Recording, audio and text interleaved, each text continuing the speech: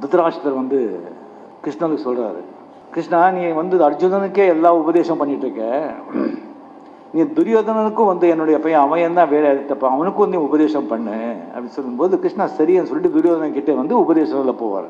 அப்போ துரியோதனா சொல்கிறான், இதை பாரு கண்ணா, எனக்கு எது நல்லதும் தெரியும், எது கெட்டதும் தெரியும், எது தர்மம் தெரியும், எது அதர்மம் தெரியும், எது செஞ்சால் புண்ணியம் தெரியும், எது செஞ்சால் கர்மம் தெரியும். ஆனால் செய்ய முடியல, நான் செய்ய மாட்டேன்.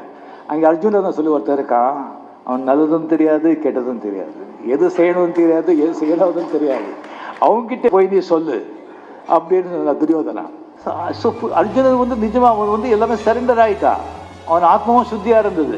அதனால தான் கிருஷ்ணா அந்த சொன்னது எல்லாமே அவருக்கு வந்து பகவத்கீதை அவர்கிட்ட சொன்னாங்க. ஸோ ஒரு விதத்தில் நாம் எல்லாரும் துரியோதனர்கள் தான். நமக்கு தெரியும் எது நல்லது செய்யணும் எது கெட்டது செய்யணும்னு சொல்லி, ஆனால் செய்ய மாட்டோம். பொய் சொல்லக்கூடாதுன்னு தெரியும், பொய் சொல்லுவோம். அவன் மோசம் பண்ணக்கூடாதுன்னு தெரியும், மோசம் பண்ணுவோம்.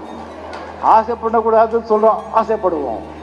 ஸோ துரியோதனங்களை எல்லாமே நாம் வந்து அர்ஜுனங்களாக மாறுனா நம்மளுடைய ஸ்டேட்டஸை நம்மளுடைய இதை கடவுளுக்கு தேடி போகலாம்.